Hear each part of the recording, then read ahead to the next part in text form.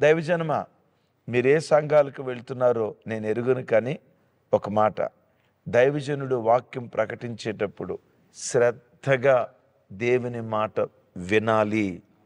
ఆమేన్. ఒకవేళ నిద్రమత్తు వచ్చిందంటే, దైవజనులు వేదనాయకం గారు, మేము మదనపల్లి వెళ్ళినప్పుడు వేదనాయకమయ్య గారు వాక్యం చెప్తూ ప్రార్థన చేసేటప్పుడు, ఆయన ప్రార్థనలో కూర్చున్నప్పుడు నిద్రమత్తు వస్తే, రాజు ఏం చేస్తానని చెప్పారు అయ్య గారు? మిరపకాయలు నువ్వు విన్నావు చిన్న? చెప్పు గట్టిగా. మిరపకాయలు పెట్టుకుంటారు, కళ్ళకి కారం రాసుకుంటారంట. కళ్ళకి కారం రాసుకుంటారు. ఇంకా కళ్ళకి కారం రాసుకుంటే నిద్ర బోల్టు సేను పరిగెత్తినట్టు పరిగెత్తదు. ఏమ్మా, నిద్ర మొత్తం ఉంటుందా? మనకి ఎందుకు ఎక్కువ శాతం నిద్ర వస్తుంది అంటే, అది రాకపోయినా నిద్రమ్మ రామ్మ, నిద్రమ్మ రామ్మ అని కొంతమంది కొని తెచ్చుకుంటారు.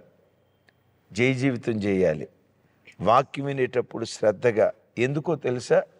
వాక్యం వినేటప్పుడు ఎందుకు శ్రద్ధగా వినాలంటే, బైబిల్లో రాయబడిన మాట, వాక్యము ఎవరి యొద్దకు వచ్చెనో వారు దైవములు అని రాసి ఉంది.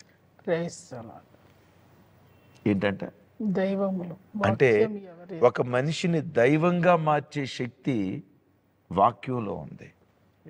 ఎంత అద్భుతమైన మాట! మనిషిని దైవంగా మార్చగలిగిన శక్తి వాక్యంలో ఉంది.